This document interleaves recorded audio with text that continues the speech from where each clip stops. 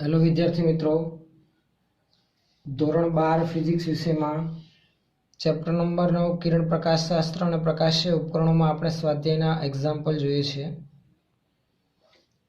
સ્વાધ્યાયના દાખલાઓ જે છે તેમાં 9.12 નંબરનો પ્રશ્ન જોઈએ.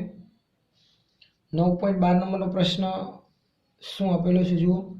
સામાન્ય નજીક બિંદુ 25 સેન્ટીમીટર ધરાવતો એક વ્યક્તિ 8 મિલીમીટર કેન્દ્ર લંબાઈવાળા ઓબ્જેક્ટિવ અને 2.5 સેન્ટીમીટર કેન્દ્ર લંબાઈના આઈપીસ ધરાવતા સંયુક્ત માઇક્રોસ્કોપ વડે ઓબ્જેક્ટિવથી 9 મિલીમીટર દૂર રહેલી વસ્તુનું સ્પષ્ટ પ્રતિબિંબ મેળવે છે. બંને લેન્સ વચ્ચેનું અંતર આપણે મેળવવાનું છે, ઉપરાંત માઇક્રોસ્કોપની મોટો શક્તિ પણ આપણે શોધવાની છે. પ્રશ્નમાં જરાક ધ્યાનથી જુઓ તો કેન્દ્ર લંબાઈ 1 મિલીમીટરમાં છે ઓબ્જેક્ટિવની અને આઈપીસની સેન્ટીમીટરમાં છે, તથા ઓબ્જેક્ટિવથી 9 મિલીમીટર દૂર રહેલી વસ્તુનું સ્પષ્ટ પ્રતિબિંબ વ્યક્તિ મેળવે છે. વસ્તુનું સ્પષ્ટ પ્રતિબિંબ નજીકતમ બિંદુ ધરાવતો વ્યક્તિ જોતો હોવાથી રચાતું પ્રતિબિંબ નજીકતમ અંતરે રચાતું હશે. આઈપીસથી રચાતું પ્રતિબિંબ નજીકતમ અંતર ડી બરાબર 25 સેન્ટીમીટર અંતરે રચાતું હશે. બે લેન્સ વચ્ચેનું અંતર મેળવવાનું છે અને મોટો શક્તિ મેળવવાની છે. હવે એની માહિતી માટે એક આપણે પહેલા નાની એવી આકૃતિ ધ્યાનમાં લઈ રાખીએ. જુઓ, સમજૂતી ખાતર એક નાની એવી આકૃતિ આપણે ધ્યાનમાં લઈએ. બે લેન્સ દર્શાવી રાખીએ. માઇક્રોસ્કોપના કિસ્સામાં વસ્તુ તરફનો લેન્સ એટલે કે ઓબ્જેક્ટિવ, જે પ્રમાણમાં નાના વ્યાસવાળો, નાની કેન્દ્ર લંબાઈવાળો. આંખ તરફનો લેન્સ એટલે કે આઈપીસ પ્રમાણમાં મોટો વ્યાસ ધરાવતો હોય અને મોટી કેન્દ્ર લંબાઈવાળો હોય આઈપીસની ઓબ્જેક્ટિવની સરખામણીમાં. આની કેન્દ્ર લંબાઈ ઓબ્જેક્ટિવની FO, આઈપીસની FE. બંને વચ્ચેનું અંતર આપણે મેળવવાનું છે. વસ્તુ કીધેલી છે અહીંયા 9 મિલીમીટર અંતરે રહેલી છે. આ જે અંતર છે વસ્તુને O વડે દર્શાવું એ છે 15 મિલીમીટર અંતરે. આ UO આપણને આપી દીધેલું છે વસ્તુ અંતર ઓબ્જેક્ટિવ માટે, બરાબર છે. બંનેની કેન્દ્ર લંબાઈ આપી દીધેલી છે. બે લેન્સ વચ્ચેનું અંતર અને માઇક્રોસ્કોપની મોટવણી મેળવવાની છે. ચાલો આપેલી માહિતી પહેલા લખી રાખીએ. અહીં પહેલા તો ઓબ્જેક્ટિવની કેન્દ્ર લંબાઈ FO બરાબર 8 મિલીમીટરનું સેન્ટીમીટરમાં લખું તો 0.8 સેન્ટીમીટર. બીજું આઈપીસની કેન્દ્ર લંબાઈ FE બરાબર જે છે 2.5 સેન્ટીમીટર અહીંયા આપેલ છે આપણને. બીજી એક વસ્તુ, સંયુક્ત માઇક્રોસ્કોપ વડે ઓબ્જેક્ટિવથી 9 મિલીમીટર દૂર આવેલી વસ્તુનું સ્પષ્ટ પ્રતિબિંબ રચાય છે એટલે કે UO એ છે 9 મિલીમીટર, સેન્ટીમીટરમાં 0.9 સેન્ટીમીટર. પણ ઓબ્જેક્ટિવ લેન્સની ડાબી તરફ હોવાથી જ્યાંથી પ્રકાશના કિરણો આપાત થાય છે તો એ વસ્તુ અંતર આવશે માઇનસ. તો અહીંયા આગળ લખી રાખવાનું આપણે ઋણ નિશાની. જ્યારે લાગુ પડવાનું થશે ત્યારે આપણે નોંધી લખીશું. ચલો, સૌથી પહેલા તો અંતિમ પ્રતિબિંબ સ્પષ્ટ રચાતું હોવાથી આઈપીસ માટે પ્રતિબિંબ અંતર કેટલું આવશે? 25 સેન્ટીમીટર. લખી રાખીએ. અંતિમ પ્રતિબિંબ સ્પષ્ટ રચાતું હોવાથી આઈપીસ માટે પ્રતિબિંબ અંતર VE બરાબર D બરાબર 25 પણ આવશે માઇનસ 25 સેન્ટીમીટર. આના માટે પ્રતિબિંબ અંતર છે, જુઓ આ રચાતું પ્રતિબિંબ 25 સેન્ટીમીટર અંતરે રચાય છે સ્પષ્ટ. તો પ્રતિબિંબ અંતર છે આના માટે, તો એના માટે કેન્દ્ર લંબાઈ છે, પ્રતિબિંબ અંતર છે, તો વસ્તુ અંતર મળી જશે. એટલે કે આઈપીસ માટે વસ્તુ અંતર UE મળશે સમીકરણનો ઉપયોગ કરીએ તો. માટે લેન્સનું સમીકરણ શું હશે? -1/u UE આઈપીસ માટે છેદમાં +1/VE બરાબર 1/FE.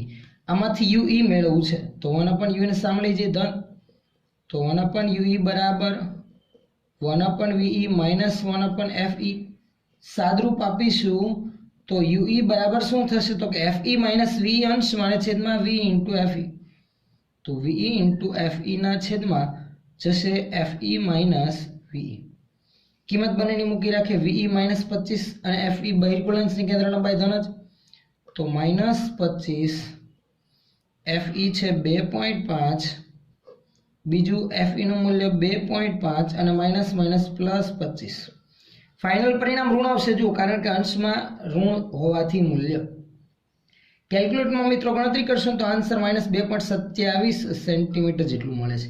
તો આઈપીસથી -2.27 એટલે કે ડાબી બાજુ પ્રતિબિંબ રચાય છે, ઓબ્જેક્ટિવ દ્વારા રચાતું પ્રતિબિંબ. આ થશે અહીંયા આપણું યુઈ. બરાબર છે. હવે બે લેન્સ વચ્ચેનું અંતર આપણે મેળવવું છે. એના માટે જો ઓબ્જેક્ટિવનું પ્રતિબિંબ અંતર મને VO મળી જાય તો VO એ જ એટલે કે ઓબ્જેક્ટિવ માટે રચાતું પ્રતિબિંબ એ જ આઈપીસ માટે વસ્તુ તરીકે વર્તે છે ને. એટલે આ ઓબ્જેક્ટિવથી આ રચાતા પ્રતિબિંબનું અંતર એટલે કે VO આપણે હવે મેળવીએ. એના માટે જો વસ્તુ અંતર છે, કેન્દ્ર લંબાઈ છે, તો એના માટે પણ ઓબ્જેક્ટિવ માટે પ્રતિબિંબ અંતર મળશે. તો હવે આપણે ઓબ્જેક્ટિવ માટે ગણતરી આગળ વધારીએ. ઓબ્જેક્ટિવ લેન્સ માટે લખી રાખે વસ્તુ અંતર યુઓ જે છે 9 મિલીમીટર, સેન્ટીમીટરમાં 0.9 સેન્ટીમીટર પણ લેવાનું થશે ઋણ, તથા FO બરાબર એની કેન્દ્ર લંબાઈ 0.8 સેન્ટીમીટર, 8 મિલીમીટર એટલે કે માટે લેન્સનું સમીકરણ એના માટે પણ શું બનશે? -1/UO ઓબ્જેક્ટિવ માટે +1/VO બરાબર 1/FO. અહીંયા આપણે સાદરૂપ આપીને લખી રાખીએ તો મેળવવું છે પ્રતિબિંબ અંતર, તો 1/VO બરાબર 1/FO પ્લસ 1/UO. સાદરૂપ આપતા 1/VO બરાબર UO plus FO/UO into FO માટે VO બરાબર UO FO ના છેદમાં UO પ્લસ FO. હવે VO પ્રતિબિંબ અંતર UO -0.9 FO 0.8 ભાગાકારમાં -0.9 પ્લસ 0.8 છેદ ઋણ અંશ ઋણ ફાઇનલ પરિણામ આવશે ધન. કેટલું આવશે તો કે ગણતરી કરશો તો 7.2 સેન્ટીમીટર જેટલું કેલ્ક્યુલેટરમાં મળી આવશે. તો જો ઓબ્જેક્ટિવ માટે પ્રતિબિંબ અંતર VO, આઈપીસ માટે વસ્તુ અંતર UE બંને છે, તો બંને વચ્ચેનું અંતર VO અને UE નો શું થશે? સરવાળો. તો લખી રાખીએ બંને લેન્સ વચ્ચેનું અંતર બરાબર માનાંકમાં VO પ્લસ માનાંકમાં UE. કેમ માનાંકમાં? તો કે આ મૂલ્ય આપણને ગણતરી કરતા એક ઋણ અને એક ધન મળે છે, પણ એ તો સંજ્ઞા પ્રણાલી આધારિત. આપણે તો બંને વચ્ચેનું ટોટલ અંતર મેળવવાનું છે. અંતર મેળવવા માટે બંનેની ધન સંજ્ઞા સાથે જ ગણતરી ધ્યાનમાં લેવી પડશે. ચલો, VO નું મૂલ્ય આપણે હમણાં જ મેળવેલું છે 7.2 સેન્ટીમીટર પ્લસ UE જે આપણને મળેલું છે 2.27. તો બંને વચ્ચેનું અંતર કેટલું થશે? 9.47 સેન્ટીમીટર જેટલું આપણો આન્સર બનશે. બે લેન્સ વચ્ચેનું અંતર આપણને મળી ગયું કેટલું? 9.47 સેન્ટીમીટર. ચલો, બીજી ગણતરી કરવાની છે માઇક્રોસ્કોપની મોટો શક્તિ. મોટો શક્તિનું સમીકરણ તો કે બે લેન્સ હોવાથી બંનેની મોટવણીનો શું કરવાનો? ગુણાકાર. ચલો, MO ઓબ્જેક્ટિવની મોટવણી તો કે એનું પ્રતિબિંબ અંતર અને વસ્તુ અંતર બંને છે, તો VO/UO થશે ને આ રીતે. ઇન્ટુ આઈપીસની મોટવણી તો કે રચાતું પ્રતિબિંબ નજીકતમ અંતર રચાય છે, તો 1 + D ના છેદમાં FE, કેમ કે આઈપીસ તો સાદા માઇક્રોસ્કોપની જેમ વર્તે. ચલો, VO/UO VO 7.2 UO 0.9 1 + D નું મૂલ્ય 25 FE નું મૂલ્ય 2.5. તો ગણતરી કરતા આપણને ફાઇનલ પરિણામ કંઈક મળશે 88 જેટલું. તો આ માઇક્રોસ્કોપની મોટો શક્તિ ફાઇનલી આપણને કેટલી મળે છે? 88 જેટલી. એટલે પ્રતિબિંબ 88 ગણું આપણને મોટું કરીને આપશે. ચલો આગળ, સ્વાધ્યાયનો 9.13 નંબરનો પ્રશ્ન. એક નાના ટેલિસ્કોપના ઓબ્જેક્ટિવની કેન્દ્ર લંબાઈ 144 સેન્ટીમીટર અને આઈપીસની કેન્દ્ર લંબાઈ 6 સેન્ટીમીટર છે. એટલે FO અને FE આપી દીધેલું છે. માઇક્રોસ્કોપની મોટો શક્તિ તથા ઓબ્જેક્ટિવ અને આઈપીસ વચ્ચેનું અંતર આપણે મેળવવાનું છે. માઇક્રોસ્કોપ નહીં, ટેલિસ્કોપ. ટેલિસ્કોપના કિસ્સામાં આના કરતાં ઉલટું, ઓબ્જેક્ટિવનો વ્યાસ અને એનું દર્પણમુખ મોટું હોય, જ્યારે આઈપીસનો વ્યાસ અને એની કેન્દ્ર લંબાઈ તથા દર્પણમુખ નાનું હોય. હવે એની કેન્દ્ર લંબાઈ બંનેની આપેલી છે તો એની સીધી મોટો શક્તિ આપણને મળે. સમીકરણ ખબર છે દરેકને. ટેલિસ્કોપની મોટો શક્તિ m બરાબર સીધું જ સમીકરણ FO/FE આપણે થિયરીમાં જોઈએ. FO છે ઓબ્જેક્ટિવની કેન્દ્ર લંબાઈ 144 છેદમાં આઈપીસની છે 6.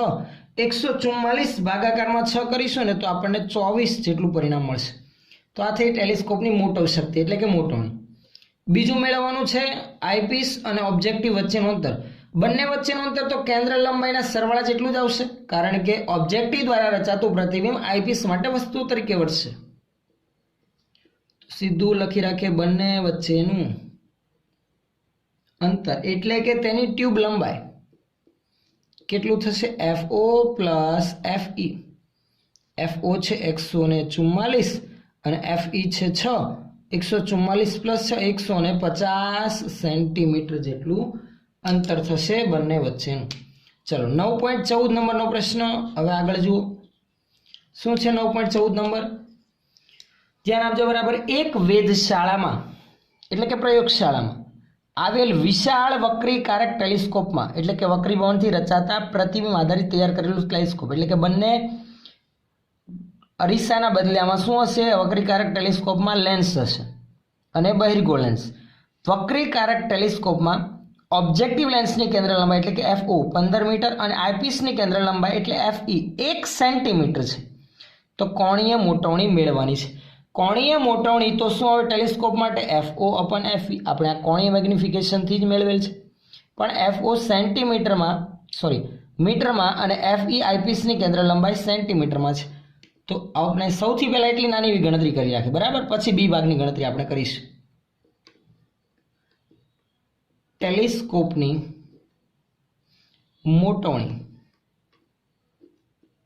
m બરાબર શું આવે? FO/FE. કોણીય મોટવણી કે અથવા મોટવણી બંને એક જ છે, કારણ કે આ સમીકરણ આપણે કોણીય મેગ્નિફિકેશન પરથી જ મેળવેલ છે. અહીંયા લખી રાખીએ. અહીં FO બરાબર છે 15 મીટર તથા FE બરાબર છે 1 સેન્ટીમીટર એટલે 0.01 મીટર થશે. માટે લખી રાખીએ કોણીય મોટવણી m બરાબર FO 15 ના છેદમાં 0.01 15 ના છેદમાં 0.01 એટલે તમે જોશો તો 1500 જેટલું આપણને પરિણામ મળશે, બરાબર છે. તો એની કોણીય મોટવણી આપણને અહીંયા મળી. બીજી ગણતરી કરવાની કીધી છે ટેલિસ્કોપના ઓબ્જેક્ટિવ વડે મળતા ચંદ્રના પ્રતિબિંબનો વ્યાસ કેટલો છે. ટેલિસ્કોપથી રચાતું ચંદ્રનું જે પ્રતિબિંબ છે તેનો આપણે વ્યાસ કેટલો છે એ જણાવવાનું છે. ચંદ્રનો સાચો વ્યાસ આપણને આપેલ છે. ચંદ્રની કક્ષાની ત્રિજ્યા આપણને અહીંયા આપી દીધેલી છે 3.8 ગુણાકારમાં 10⁸ મીટર. તો એના માટે એક આકૃતિ ધ્યાનમાં લઈએ, પછી આપણે ગણતરી માટે આગળ વધીએ તો તમને વધુ ખ્યાલ આવશે. જો અહીં આકૃતિમાં સૌથી પહેલા તો લેન્સ દર્શાવી રાખીએ. કયો લેન્સ? વસ્તુ તરફનો લેન્સ એટલે કે ઓબ્જેક્ટિવ અહીં આકૃતિમાં દર્શાવી રાખીએ છીએ. જુઓ, ધ્યાન આપજો. સમજવા ખાતર આપણે અહીં આકૃતિ દર્શાવીએ છીએ. આ છે ઓબ્જેક્ટિવ. અહીંયા છે ધારો કે ચંદ્ર.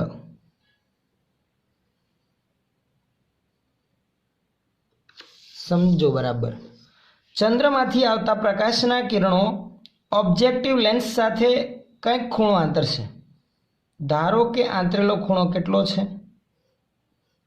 એ ખૂણાને આપણે દર્શાવી રાખીએ. ધારો કે છે આલ્ફા. હવે એ જે પ્રકાશના કિરણો આના ઓપ્ટિકલ કેન્દ્ર પર આપાત થયેલ છે એ વક્રીભવન અનુભવ વગર સીધા આગળ વધશે અને ઓબ્જેક્ટિવ દ્વારા રચાયેલું જે પ્રતિબિંબ છે એટલે કે ચંદ્રનું પ્રતિબિંબ, એ પ્રતિબિંબે પણ આંતરેલો ખૂણો એના જેટલો જ હશે, એટલે એ પણ ખૂણો કેટલો હશે? આલ્ફા જ હશે. મિત્રો ખાસ ધ્યાન આપજો. તમને ના ખ્યાલ હોય તો ટેલિસ્કોપની રચના આકૃતિ તમે ધ્યાનમાં લેશો એટલે સીધો ખ્યાલ આવશે. વસ્તુએ ઓબ્જેક્ટિવ સાથે આંતરેલો ખૂણો અને રચાતા પ્રતિબિંબે આંતરેલો ખૂણો એક સમાન જ હોય. આ ચંદ્રનું પ્રતિબિંબ છે. આટલો ચંદ્રનો શું થશે? પ્રતિબિંબનો વ્યાસ. આ થશે પ્રતિબિંબનો વ્યાસ, જેને આપણે દર્શાવી રાખીએ શેના વડે? ડી વડે.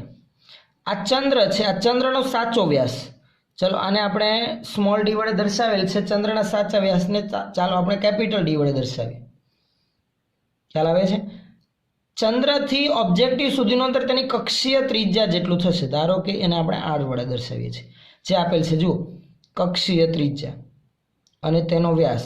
આ કેપિટલ ડીનું મૂલ્ય અને આ આરનું મૂલ્ય આપી દીધેલું છે. આપણે ઓબ્જેક્ટિવ વડે મળતા ચંદ્રના પ્રતિબિંબનો વ્યાસ એટલે કે આ આપણે મેળવવાનો છે સ્મોલ ડી. હવે ચંદ્રનું રચાતું પ્રતિબિંબ ક્યાં રચાયું હશે? તો કે ઓબ્જેક્ટિવની કેન્દ્ર લંબાઈ જેટલા અંતરે, કારણ કે ચંદ્ર તો અનંત અંતરે ધ્યાનમાં લઈ શકાય. તો આ અંતર થશે ઓબ્જેક્ટિવની કેન્દ્ર લંબાઈ જેટલું એટલે કે એફ ઓ જેટલું. આટલું ક્લિયર છે દરેકને? ખ્યાલ આવે છે? હવે ગણતરી માટે આપણે આગળ વધીએ. સમજો બરાબર આકૃતિની રચના તો વધુ ખ્યાલ આવશે. તો આપણે જે માહિતી ધ્યાનમાં લીધી એના આધારિત વર્ણન લખી રાખીએ સૌથી પહેલા.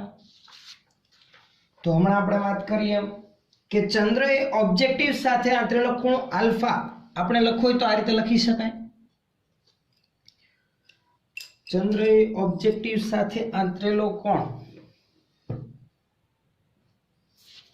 ચંદ્ર એ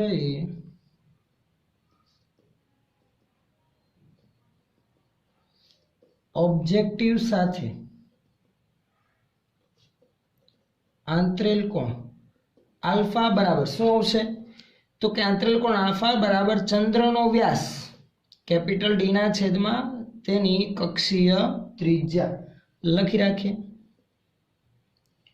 ચંદ્રનો વ્યાસ છેદમાં તેની કક્ષીય ત્રિજ્યા. નાના ખૂણા માટે આપણે જે રીતે ધોરણ 11માં ચેપ્ટર નંબર 2 માં સમતલ કોણની વ્યાખ્યા આધારિત લખતા હતા તેમ, માટે આલ્ફા બરાબર ચંદ્રનો વ્યાસ આપણે નોંધેલો છે કેપિટલ ડી વડે. તો કેપિટલ ડી છેદમાં તેની કક્ષીય ત્રિજ્યા એટલે કે આ. પણ આટલો જ ખૂણો ક્યાં આંતરેલો છે? ચંદ્રના ઓબ્જેક્ટિવ દ્વારા રચાતા પ્રતિબિંબે આંતરેલો ખૂણો છે. તો લખી રાખીએ, ચંદ્રના પ્રતિબિંબે પણ ઓબ્જેક્ટિવ સાથે આલ્ફા ખૂણો જ બનાવેલ હોવાથી આલ્ફા બરાબર શું લખી શકાશે? તો કે આલ્ફા બરાબર ચંદ્રના, જેમ આપણે વાત કરીએ પ્રતિબિંબનો વ્યાસ, તો એ આકૃતિમાં આપણે ખાસ ઉલ્લેખ કરેલો છે. આલ્ફા બરાબર ચંદ્રના પ્રતિબિંબનો વ્યાસ છેદમાં ઓબ્જેક્ટિવની કેન્દ્ર લંબાઈ એફ ઓ, ઓબ્જેક્ટિવની કેન્દ્ર લંબાઈ, પ્રતિબિંબનો વ્યાસ એટલે સ્મોલ ડી છેદમાં આવશે એફ ઓ. તો બંને પદની સરખામણી કરી રાખીએ આલ્ફાના માટે. ડી બાય આર બરાબર ડી અપોન એફ ઓ. આપણે તો આ પ્રતિબિંબનો વ્યાસ ડી મેળવવો છે, તો ડી બરાબર capital D upon R into F O. Capital ડીનું મૂલ્ય એટલે કે આપણા ચંદ્રનો વ્યાસ જે આપેલો છે 3.48 ગુણાકારમાં 10⁶ છેદમાં તેની કક્ષીય ત્રિજ્યા આપેલી છે 3.8 ગુણાકારમાં 10⁸. અને એફ ઓ ઓબ્જેક્ટિવની કેન્દ્ર લંબાઈ મિત્રો તમે ધ્યાનથી જોશો તો ક્વેશ્ચનમાં આપેલી છે 15. માટે ડીનું મૂલ્ય ગણતરી કરશો આ મૂલ્ય આધારિત કેલ્ક્યુલેટરમાં તો 13.74 ગુણાકારમાં 10⁻² મીટર જેટલું પરિણામ મળે છે. જો આને સેન્ટીમીટરમાં લખો તો 10⁻² મીટર બરાબર સેન્ટીમીટર લખી દેવા, તો સીધું 13.74 સેન્ટીમીટરમાં આપણે આ રીતે પરિણામ લખી શકીએ. બાકી મીટરમાં 13.74 ગુણાકારમાં 10⁻² મીટર જેટલું પરિણામ બનશે. તો આ થશે આપણો આન્સર. જુઓ 9.15 નંબરનો હવે પ્રશ્ન. જો પ્રશ્ન જરાક ધ્યાનથી, પ્રશ્નમાં અલગ અલગ 4 પરિસ્થિતિ આપણે સાબિત કરીને બતાવવાની છે. પ્રશ્ન આ પ્રમાણે છે, અરીસાના સૂત્રનો ઉપયોગ કરી સાબિત કરો કે, અરીસાનું સૂત્ર તમને ખબર છે ગૌસનું સમીકરણ 1/u + 1/v બરાબર 1/f. એનો ઉપયોગ કરીને આપણે સાબિતી આપવાની છે અલગ અલગ 4 ભાગમાં જે આપણને માહિતી માંગેલી છે તેની. જુઓ જરાક, એ ભાગમાં શું કીધેલું છે? અંતર્ગોળ અરીસાના f અને 2f ની વચ્ચે વસ્તુને મૂકવામાં આવે છે. f એટલે કે તેનું મુખ્ય કેન્દ્ર, 2f એટલે તેનું વક્રતા કેન્દ્ર. ની વચ્ચે વસ્તુને મૂકવામાં આવે તો વસ્તુનું સાચું પ્રતિબિંબ 2f થી થોડેક દૂર મળે આપણને ખ્યાલ છે જો વસ્તુ f અને 2f ની વચ્ચે તો પ્રતિબિંબ 2f થી દૂર પણ આપણે અરીસાના સૂત્રનો ઉપયોગ કરીને મેથેમેટિકલ સ્ટેપ આધારિત આપણે માહિતી સમજાવવાની છે સૌથી પહેલા આપણે અરીસાના સૂત્ર આધારિત માહિતી આગળ વધારીએ એ પહેલા અંતર્ગોળ અરીસો જો જુઓ ચારે ચાર ભાગમાં અલગ અલગ છે ક્યાંક અંતર્ગોળ અરીસો છે ક્યાંક બહિર્ગોળ અને પાછો ક્યાંક અંતર્ગોળ મિત્રો તમને ખબર હોવી જોઈએ કે અંતર્ગોળ અરીસા માટે કેન્દ્ર લંબાઈ f કેવી આવે તો કે ઋણ આવે તો f લેસ ધેન 0 કારણ કે સમીકરણમાં આ પદ ખૂબ જ અગત્યનું બની રહેશે હવે વસ્તુને f અને 2f ની વચ્ચે મૂકવામાં આવે છે એટલે કે કેન્દ્ર લંબાઈથી થોડાક વધુ અંતરે અને વક્રતા ત્રિજ્યા કરતા થોડાક ઓછા અંતરે એટલે વસ્તુ અંતર u f અને 2f ની વચ્ચે જે અંતર થશે એ થશે પણ એ અરીસાની હશે તો સામે જ અરીસાની સામે મૂકવામાં આવેલું હોવાથી વસ્તુ અંતર u કેવું આવશે ઋણ આવશે અહીં અરીસાની સામે વસ્તુ મૂકેલ હોવાથી u પણ ઋણ આવશે u લેસ ધેન 0 હવે અરીસાનું સૂત્ર આપણે ધ્યાનમાં લઈએ અરીસાનું સૂત્ર ખબર છે આપણને 1/u પ્લસ 1/v બરાબર 1/f આપણે અહીંયા પ્રતિબિંબ 2f થી દૂર મળે એટલે કે પ્રતિબિંબ અંતર આપણું 2f કરતા વધુ મળે એ પ્રમાણે આપણે માહિતી દર્શાવવાની છે પ્રતિબિંબ અંતર એટલે કે v તો પહેલા v ને કરતા બનાવવા માટે 1/v ને એક સાઈડ લઈએ તો 1/v બરાબર 1/f માઈનસ 1/u થશે બરાબર છે હવે આમાં આપણે u ની આપેલી માહિતીનો ઉપયોગ કરીએ જે કીધેલું છે f અને 2f ની વચ્ચે છે લખી રાખીએ અહીં વસ્તુ f અને 2f ની વચ્ચે હોવાથી આમ લખી શકાય વસ્તુ અંતર u f કરતા વધુ અને 2f કરતા ઓછું એટલે 2f less than u less than f લખાય ને આ પ્રમાણેની માહિતીનો આપણે પ્રશ્નમાં ઉલ્લેખ કરેલો છે અને u અહીંયા કેવું છે ઋણ જ છે કારણ કે વસ્તુ અરીસાની સામે મૂકેલ હોવાથી હવે અહીંયા આપણે 1/u આધારિત પદની માહિતી ધ્યાનમાં લઈએ તો આખા પદનો વ્યસ્ત કરીએ તો આ થશે આવું જો સ્ક્રીનમાં દેખાય છે તો કે આ ક્લિયર છે વિઝન 1/2f 1/f અને 1/u જો હું વ્યસ્ત કરું ને તો આ સંજ્ઞા બદલાઈ જશે લેસ ધેન નું શું થઈ જશે greater than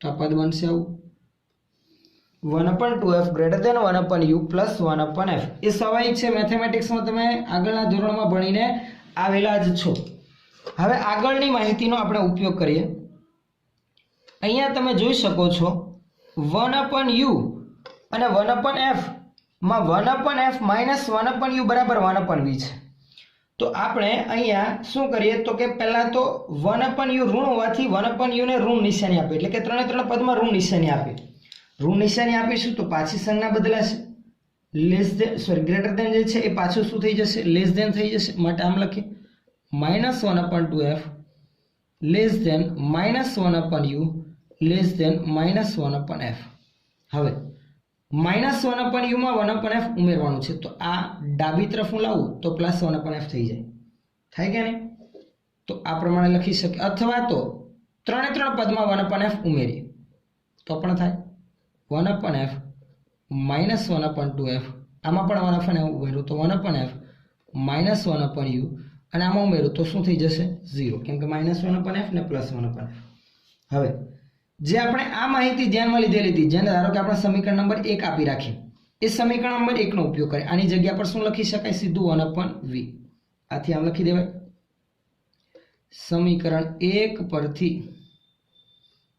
1/f -1/2f less than 1/v આની હું બાદબાકી કરીશ તો 1/f -1/2f 1/2f થઈ જાય કારણ કે આ ગણતરી સાદી બીજગણિત જેવી છે તો 1/2f લેસ ધેન 1/v હવે હું જો વ્યસ્ત કરું તો આવું થઈ જશે v લેસ ધેન 2f થઈ જશે બરાબર ને જો લેસ ધેન છે ગ્રેટર ધેન થઈ જાય પરંતુ મેં પદ v પહેલા લખ્યું 2f પાછળ લખ્યું છે ખ્યાલ આવે છે પરંતુ પ્રતિબિંબ અંતર v પણ ઋણ આવશે કારણ કે અરીસાની સામે જ રચાયેલું છે સાચું પ્રતિબિંબ તો ઋણ નિશાની બંને બાજુ આપું તો આવું થઈ જાય માઇનસ વી લેસ ધેન નું થઈ જશે ગ્રેટર ધેન -2f, એટલે પ્રતિબિંબ અંતર v 2f કરતા વધુ આવશે.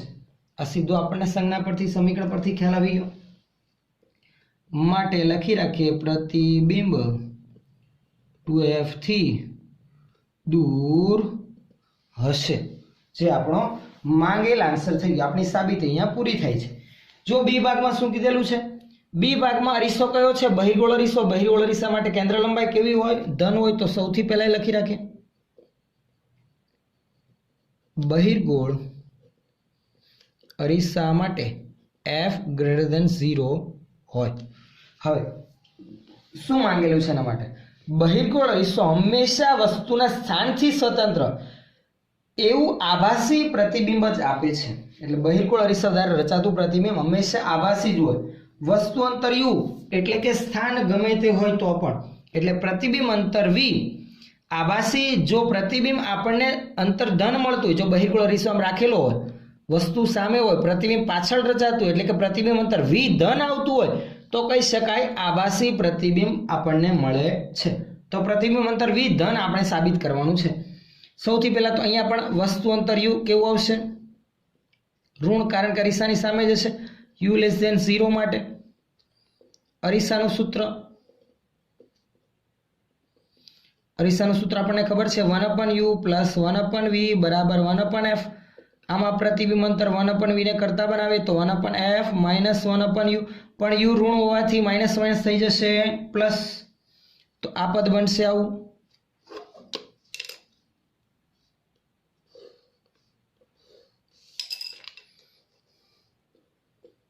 લખી રાખીએ u ઋણ હોવાથી 1/v બરાબર 1/f પ્લસ 1/u માટે 1/v ગ્રેટર ધેન 0. એટલે જો v ધન હોય તો એનો વ્યસ્ત પણ કેવો આવશે? ધન જ. તો v ગ્રેટર ધેન 0 થશે. ખ્યાલ આવે છે? v નું મૂલ્ય ધન 1/2 હોય તો હું વ્યસ્ત કરું તો 2 આવશે. ધન જ આવવાનું છે ને મૂલ્ય, માટે લખી શકાય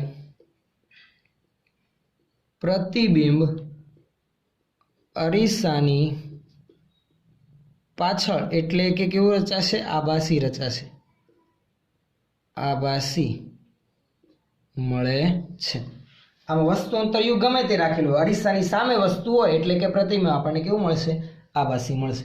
ચાલો સી ભાગ જુઓ. એમાં પણ બહિર્ગોળ અરીસો, તો કેન્દ્ર લંબાઈ ધન જ. મળતું આભાસી પ્રતિબિંબ હંમેશા કદમાં નાનું અને અરીસાના ધ્રુવ તેમજ મુખ્ય કેન્દ્રની વચ્ચે હોય છે. ધ્રુવ અને મુખ્ય કેન્દ્રની વચ્ચે એટલે પ્રતિબિંબ અંતર v કેન્દ્ર લંબાઈ કરતા કેવું ઓછું હોય તેમ આપણે અહીંયા સાબિત કરવાનું છે. લખી રાખીએ અહીં બહિર્ગોળ અરીસા માટે f ગ્રેટર ધેન 0 તથા વસ્તુ અંતર u લેસ ધેન 0 છે, કારણ કે અરીસાની સામે રાખેલો હોવાથી. બરાબર છે. હવે સમીકરણ લાગુ પાડે અરીસાનું સૂત્ર ખ્યાલ છે દરેક વિદ્યાર્થી મિત્રોને 1/u પ્લસ 1/v બરાબર 1/f. આમાં પણ પ્રતિબિંબ અંતરને જ કરતા બનાવવાનું છે, તો 1/v બરાબર 1/f માઇનસ 1/u. u ઋણ છે, લખીશ તો માઇનસ માઇનસ થઈ જશે પ્લસ, પણ અહીંયા ધ્યાન આપજો આ ધન થશે એટલે કે 1/v બરાબર 1/f પ્લસ 1/u થશે, એટલે 1/v નું મૂલ્ય 1/f કરતા તો વધારે આવશે, માટે u ઋણ હોવાથી આમ લખી શકાય. જુઓ 1/v બરાબર 1/f પ્લસ 1/u. આના પરથી આપણે એટલો તો ખ્યાલ આવી ગયો કે 1/v નું મૂલ્ય 1/f કરતા વધુ છે, માટે 1/v ગ્રેટર ધેન 1/f, કારણ કે 1/v 1/f કરતા મોટું સીધું એટલા માટે બની જાય કારણ કે એમાં 1/u એડ કરીએ ત્યારે 1/v જેટલું મૂલ્ય થાય છે. આનો હું વ્યસ્ત કરું તો શું થશે? માટે v લેસ ધેન f. વ્યસ્ત કરીશું તો ગ્રેટર ધેન થઈ જશે લેસ ધેન. માટે પ્રતિબિંબ અરીસાના ધ્રુવ અને મુખ્ય કેન્દ્રની વચ્ચે રચાશે અને કેવું મળશે? નાનું મળશે. એ તો કદમાં નાનું જ મળવાનું છે બહિર્ગોળ અરીસો હોવાથી. માટે બહિર્ગોળ અરીસા માટે પ્રતિબિંબ નાનું તેમજ ધ્રુવ અને મુખ્ય કેન્દ્રની વચ્ચે રચાશે, કારણ કે v f હોવાથી. છેલ્લું, અંતર્ગોળ અરીસા માટે આપણને માહિતી માંગેલ છે, સીધો ઉલ્લેખ કરી રાખીએ. અંતર્ગોળ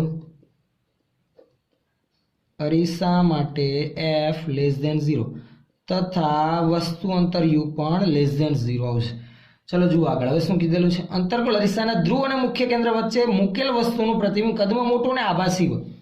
પ્રતિબિંબ મોટું અને આભાસી. આભાસી એટલે કે અરીસાની પાછળ, એટલે પ્રતિબિંબ અંતર v આપણે ધન સાબિત કરવાનું છે. લખી રાખીએ. અરીસાનું સૂત્ર